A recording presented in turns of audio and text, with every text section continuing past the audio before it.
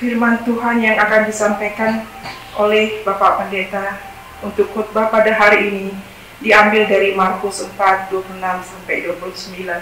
Mulialah namamu, ya Tuhan. Perumpamaan tentang benih yang tumbuh.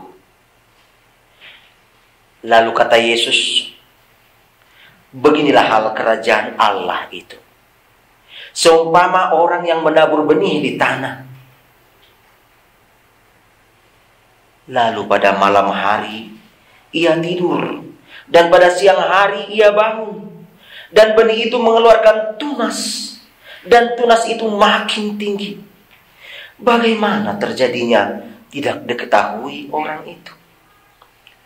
Bumi dengan sendirinya mengeluarkan buah, mula-mula tangkainya, lalu bulirnya, kemudian butir-butir yang penuh isinya dalam bulir itu.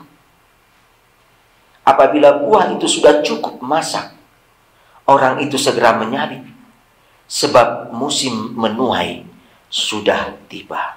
Demikianlah firman Tuhan. Kami persilakan duduk.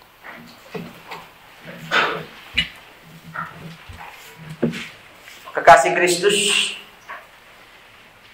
firman Tuhan pada saat ini mengajak kita untuk melihat sesuai dengan topik berbuahlah yang baik untuk Tuhan.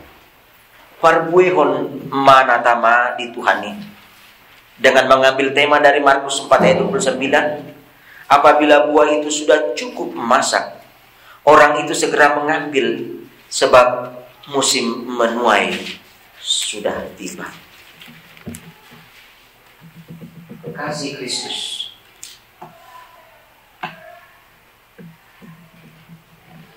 mekanisme pertumbuhan kerajaan surga mirip dengan proses pertumbuhan benih.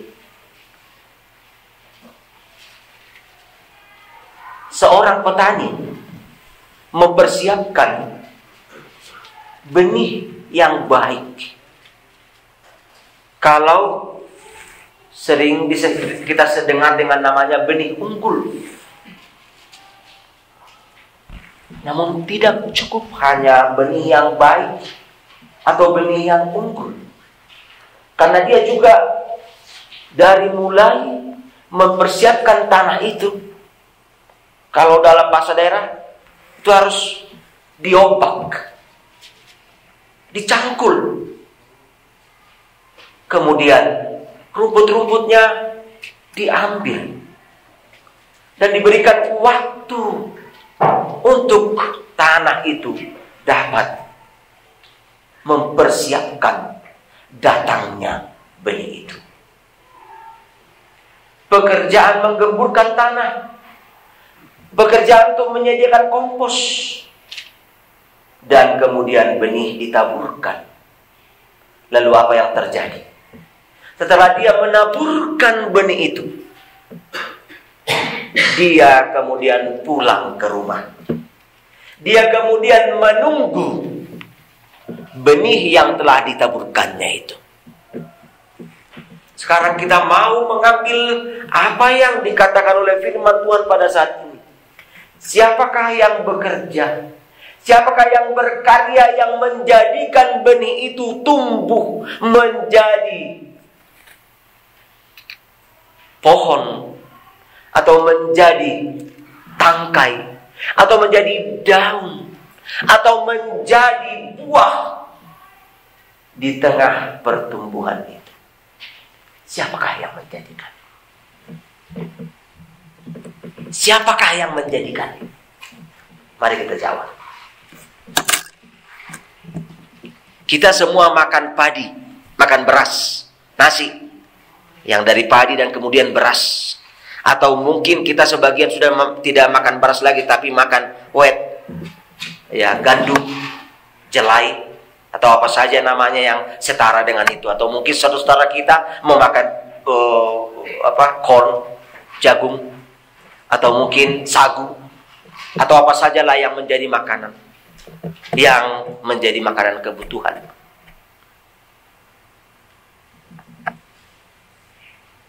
kita setiap hari memakannya. 2 kali, 3 kali, dan bahkan kita meminum kopi atau teh untuk menambah kenikmatan dari makanan kita. Lalu mari kita sejenak kembali kepada proses penciptaan itu. Adakah itu semuanya menjadi ada di depan kita tanpa suatu proses? Dan yang lebih terutama, apakah itu adalah bagian yang mengingatkan kita bahwa ketika kita mau makan makanan itu dan ketika kita meminum minuman itu, dapatkah kita bayangkan dan dapatkah kita hadirkan sebenarnya Allah menyapa kita? Allah merindukan kita. Allah menyentuh kita dengan sentuhan kepada makanan dan minuman itu. Allah mau mengkoreksi kita. Allah mau mengingatkan kita, dan bahkan ketika engkau mau bekerja, Allah mau memberikan support kepadamu, memberikan kekuatan dan peneguhan kepadamu, bekerja atau belajar atau apa saja. Dengan makanan dan minuman yang telah dipersiapkan bagimu, Allah mau mengatakan, inilah anakku, berangkatlah bekerja. Aku telah mempersiapkan bagimu. Atau apakah kita berpikir bahwa apa yang telah kita persiapkan itu adalah hasil jerih payah kita, usaha kita semata, pemikiran kita semata, perbuatan kita semata, yang mengatakan oleh karena kerjakulah, oleh karena usahakulah, oleh karena kemampuankulah, sehingga aku boleh dapat menikmati makanan dan minuman ini. Parabel ini mengingatkan kita, meneguhkan kita pada saat ini, sebagaimana Allah telah melakukan yang terbaik bagi kita. Dia mengingatkan kepada kita apa yang baik yang telah kita terima adalah yang baik untuk kita lakukan kepada sesama. Bertumbuh dengan sendirinya. Artinya kita tidak dibiarkan terlantar oleh Allah. Artinya kita tidak dibiarkan untuk berbuat seturut dengan kehendak hati, sesuka hati kita, sesuka dengan pikiran kita, sesuka dengan perbuatan kita. Tetapi ada Allah yang mengendalikan, ada Allah yang menguasai, ada Allah yang melestarikan. Mari kita coba, masing-masing kita mempunyai Alkitab. Manusia yang melugu. Boleh diambil nomor berapa? Sehingga kita dapat menikmati karya Allah di tengah kehidupan kita. Sehingga kita dapat merasakan bahwa Allah yang hidup itu, Allah yang sejarah itu, Allah yang berkuasa itu, ternyata adalah Allah yang ada di tengah kehidupan kita. Manusia yang melugu.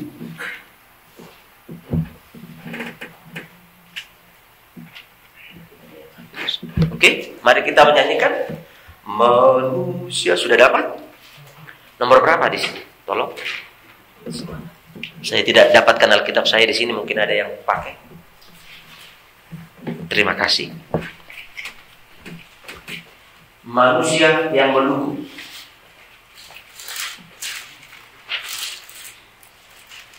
Siapa yang sudah mendapat? Baik, 335. Mari kita nyanyikan 335 ayat 1 itu. Dan inilah menjadi peneguh bagi kita untuk mengingat bahwa Allah berkarya di tengah kehidupan kita. Manusia yang melugu. Baik, saya akan bawa dalam gitar. 335.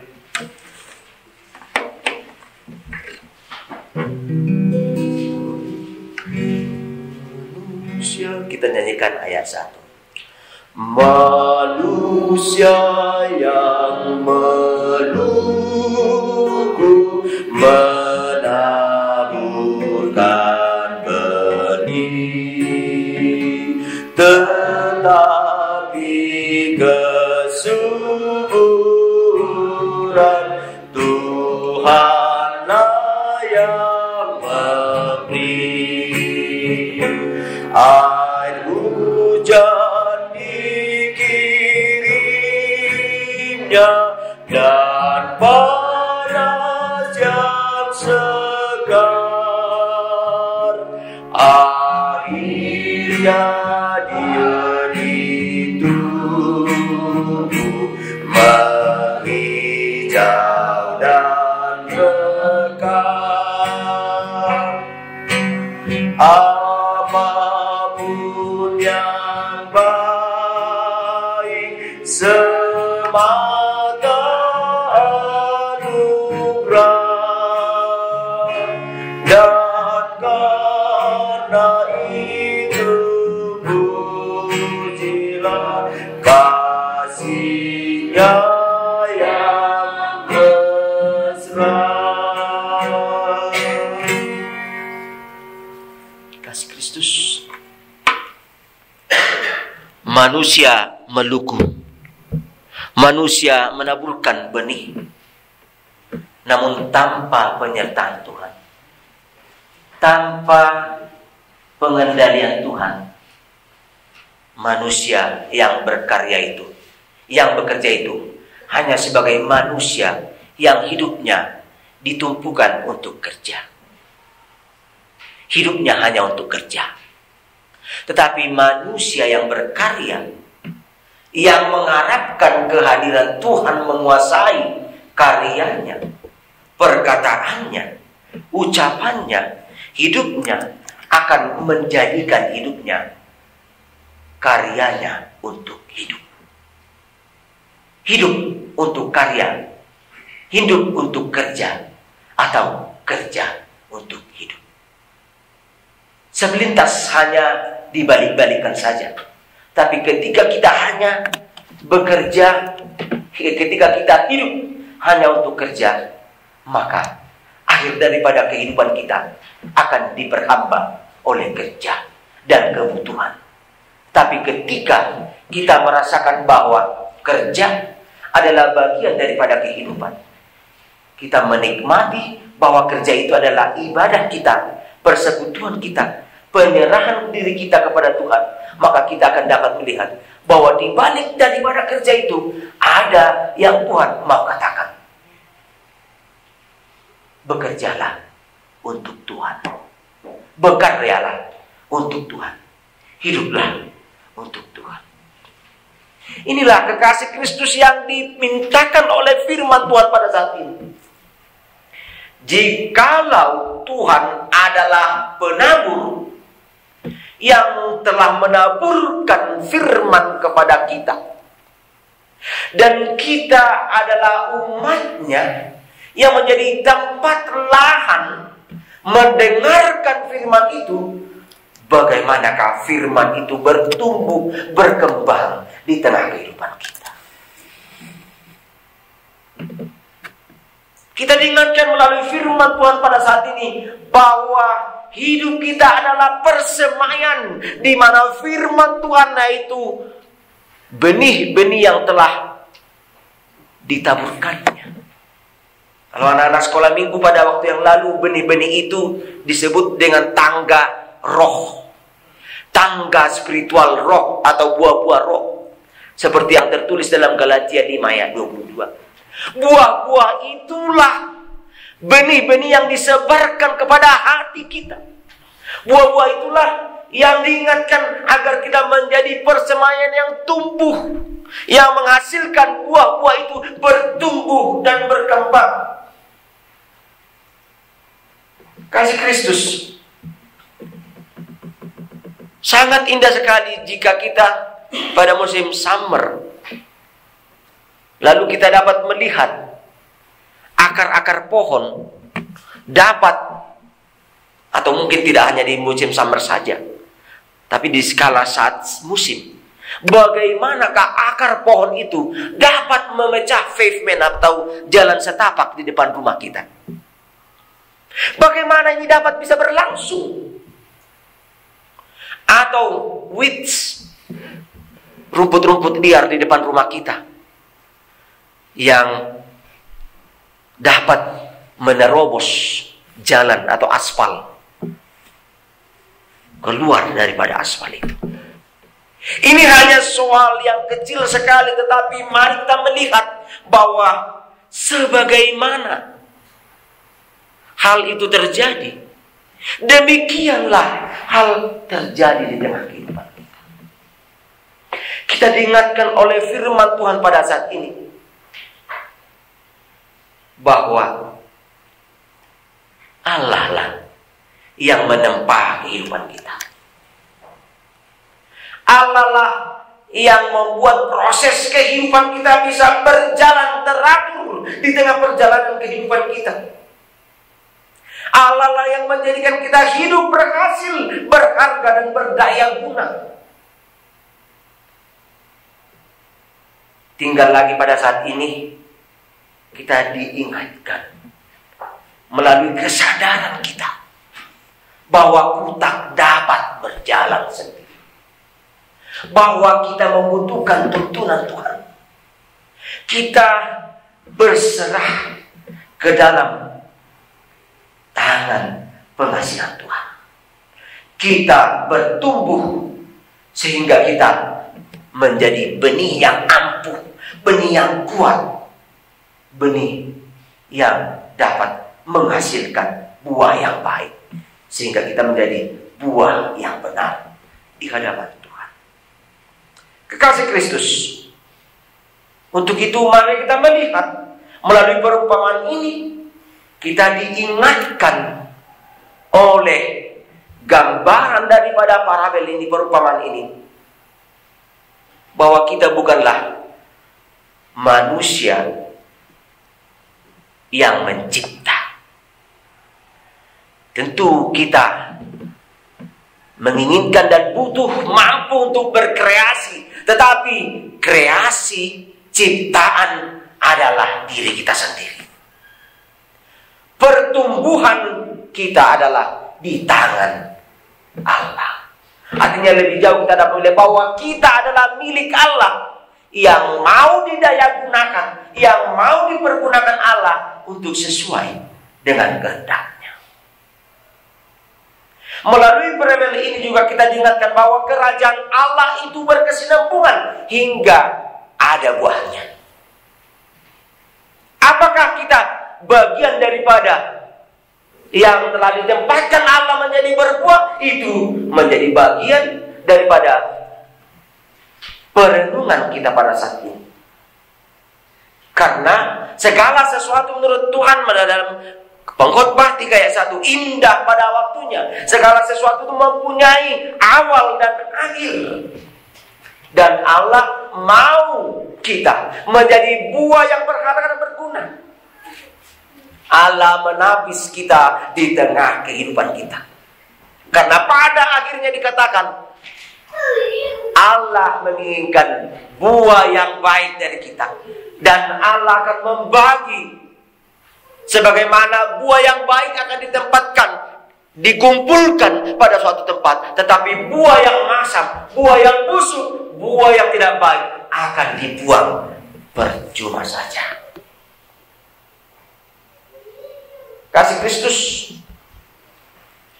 kendati kerajaan Allah yang adalah pada diri kita dihambat, namun sering kita mendengarkan semakin dihambat firman itu semakin merambat. Kerajaan Allah membuktikan dan membutuhkan kesabaran, membuktikan dan membutuhkan kesinambungan, penyerahan. Saya masih ingat kekhawatiran dan kecemasan di tengah kehidupan kita. Ketika jemaat semakin berkurang, ketika jemaat di tengah diterpa persoalan, ketika jemaat meninggalkan gereja, namun apa yang terjadi? Ini adalah fakta yang terjadi dengan kehidupan kita.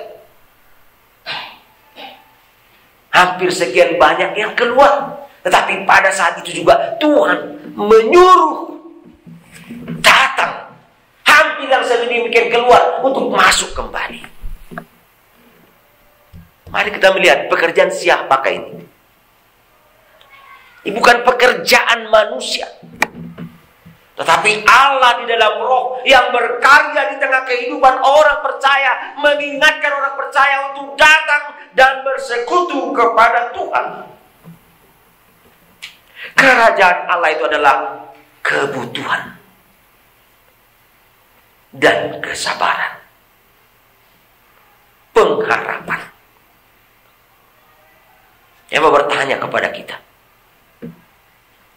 jika contoh di suatu gedung, katakanlah seperti gedung kita ini, ada kebocoran gas yang sangat berbahaya.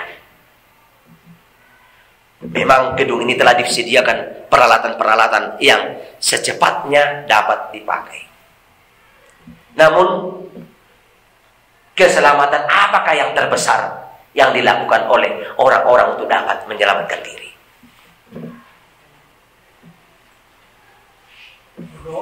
Berdoa.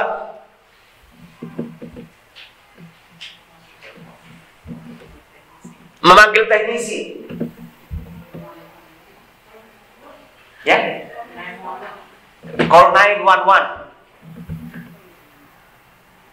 Tolong diingat ya, tadi berdoa, memanggil teknisi, memanggil 911. Ada lagi?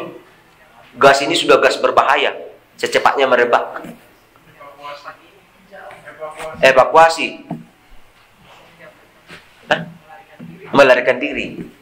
Ada lagi?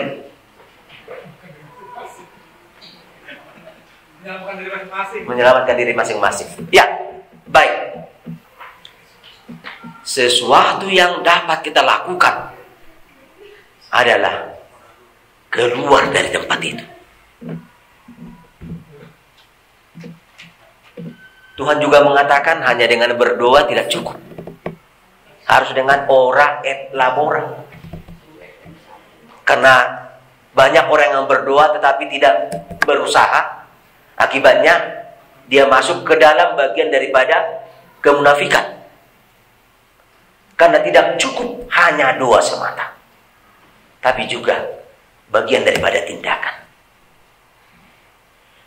Boleh jadi kita memanggil 911, tetapi ketika 911 datang atau teknisi datang, kita sudah fly, atau katakanlah sudah tinggal menunggu ajal. Tetapi tugas yang paling utama adalah keluar dari tempat itu. Kasih Kristus. Ada apa di balik itu semua? Karena pengharapan. Tidak kecemasan. Tidak kekhawatiran. Karena dengan kecemasan dan kekhawatiran mungkin ada masker. Masker memang bisa menutup. Tapi untuk berapa lama? Keselamatan hanyalah bila kita dapat keluar daripada kegelapan itu. Kita dapat memperoleh kebebasan yang dari Tuhan itu. Kasih Kristus. Bertumbuh di dalam iman. Memampukan kita datang kepada Tuhan dalam bentuk firman yang hidup. Dan berdiam di dalam firman. Memohon pemerintahan firman melalui Roh Kudus yang menguasai batin kita untuk percaya dan berserah kepadanya, menerima kuasa darinya, memampukan kita bertumbuh menjadi hidup yang bersukacita, benih yang bertumbuh subur dan menghasilkan buah. Firman Tuhan, firman kehidupan. Marilah kita bangkit berdiri dan bernyanyi dari Amin Siap Bisa.